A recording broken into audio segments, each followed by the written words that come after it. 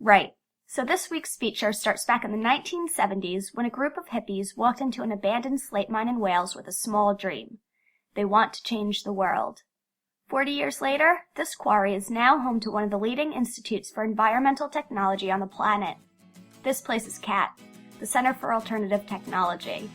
I went down to Aberystwyth to find out more. That you don't know what you've got till it's gone. They paved paradise, put up a parking lot.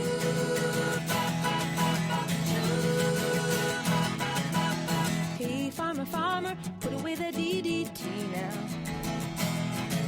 Give me spots on my apples, or leave me the birds and the bees. What makes CAT so special to you?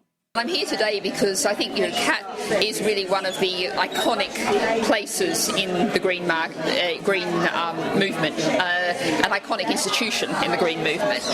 So it's great to be here celebrating the 40th. By the way, this is Natalie Bennett, the leader of the Green Party of England and Wales. The noise you can hear in the background is, like she says, CAT's 40th birthday party. CAT may have started out barren and desolate, but now, nature is thriving. Here, they have their own community with homes, cafeterias, and even an auditorium for lectures. I can see winding paths through the gardens, and every time I walk a new path, I see something unexpected. Wind turbines, a zero-carbon motorcycle, vegetable patches, a small pond with bugs buzzing. It's crowded and noisy, and while live music plays, visitors roam the quarry, seeing firsthand sustainable technology. Local vendors are here for the celebration, selling glass-blown jewelry, fresh bread, and artisan buffalo cheese. Okay, let's slow down a bit. What exactly is CAT? I asked Kim Bryan, who's been a part of the CAT team for 5 years. CAT is an environmental centre, and we set up in 1974 with the aim to inform, inspire, enable practical solutions for sustainable living, and that's more or less what we've been doing ever since we began.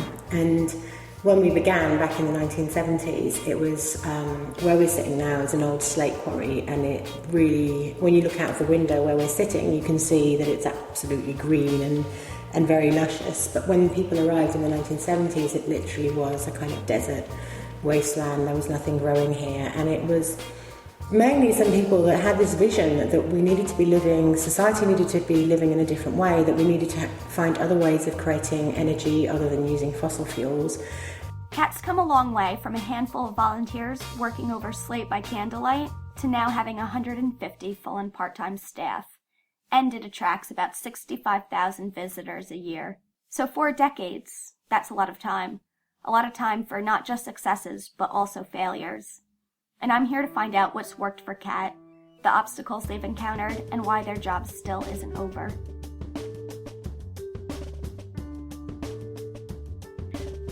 I met up with Doug Parr, the Chief Scientist and Policy Director for Greenpeace UK, to find out his take on CAT. They have been such a force for making what was once a bit weird and wacky into something that is now normal. The things that they were pioneering, whether they be solar panels, wind turbines, insulation, zero carbon housing, etc.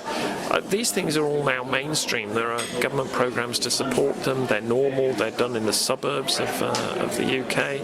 It's great. I know they've done more work apart from normalizing sustainable energy. I asked Kim to fill me in. So some of the highlights for me that I can think of are, as I said, the kind of transforming this desert, this slate desert, into an oasis, which attracts lots of different types of animals and rare birds and all that kind of thing. She says they've pioneered organic gardening and heritage seed saving in order to preserve indigenous varieties to the area. They run classes, and 55 graduates have gone on to set up their own companies in sustainability and renewables. They've made solar power fridges for developing countries that are still in use today. Our more successes are things like the Zero Carbon Britain report, which is huge. So in 1978, we made the first alternative energy strategy for the UK, which looked at how the UK could decarbonise. They released their 4th report last year, which shows how the UK can decarbonise 100% by 2030. We're still not there. We still haven't been able to do it. And it's not because the science says we can do it, the technology says we can do it, but there's a cultural shift, there's a political shift that's needed to say, well, let's do it then. Although CAT has been dedicated to its message for 4 decades, not everyone approves of what they're doing. CAT has had its share of skeptics, many people thinking that CAT's only in it for the grant money. Some people don't believe it's possible to decarbonize the UK, not just because of doubts over eco-friendly energy, but also because they don't want to adjust their lifestyle. Kim believes it has more to do with our current values, which are based around consumerism, having things, and more importantly, having new things. She says we need to fundamentally rethink these values and determine if they're what truly makes us happy. So this lack of enthusiasm is something CAT's still trying hard to fight. Despite this controversy, supporters maintain that CAT plays a pivotal role in the Green movement. Joan Whalley MP. I'm the Member of Parliament in Stoke-on-Trent North and I chair the Environmental Audit Select Committee. And I think what makes CAT so special is that it just embeds a whole approach towards dealing with the environmental challenges that we face. And we've got people coming here, experiencing it and seeing is believing it. And you can just see the whole sense of purpose and vision that all is brought together on this very special day of 40 years history. So what I really hope is that people who are involved and all the members and everybody who actually cares about moving towards zero carbon Britain can actually take their own lead from what CAT has actually achieved here. Kim tells me that it's bittersweet celebrating CAT's 40th. She says CAT shouldn't have to exist, but instead it's needed more than ever. So I ask, what's the future of CAT? Adaptation, I think, is where CAT's kind of gone, and it's interesting. It's also powerful. You know, the kind of words that spring to mind is sustainability, planning, adaptation, and resilience, like building resilience so that as communities we're able to deal with the impacts of climate change. Also, in addition to that, it's also our responsibility, particularly those of us from developed countries. It's our historical responsibility to take control of what we've done. It's that, our fault that carbon emissions are as high as they are.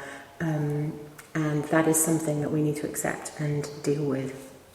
Maybe it's also about what CAT hasn't done. You look around the quarry and see that they've let nature take it back. Part of the experiment here was finding out if life can thrive in such extreme circumstances. And 40 years later, it's clear that nature has succeeded. If we use the slate quarry as an analogy for the world, we learned that beautiful things can happen when we stand aside and truly appreciate the earth. Pollution, wear a gas mask and a veil. Then you can breathe, long as you don't inhale. Lots of things there that you can drink, but stay away from the kitchen sink, the breakfast garbage that you throw into the bay. They drink at lunch in San Jose, so go to the city, see the crazy people there, like lambs to the slaughter. They're drinking the water and breathing